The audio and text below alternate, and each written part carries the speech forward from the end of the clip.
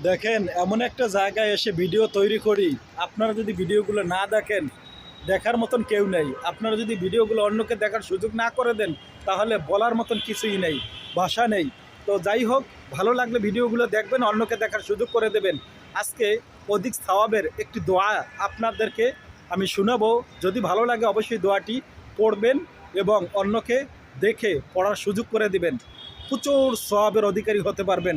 কোনো কোনো জায়গায় লেখা আছে, এই দোয়াটি একবার পাঠ করার মাধ্যমে 20 লক্ষ নেকির অধিকারী হয়ে যাবেন।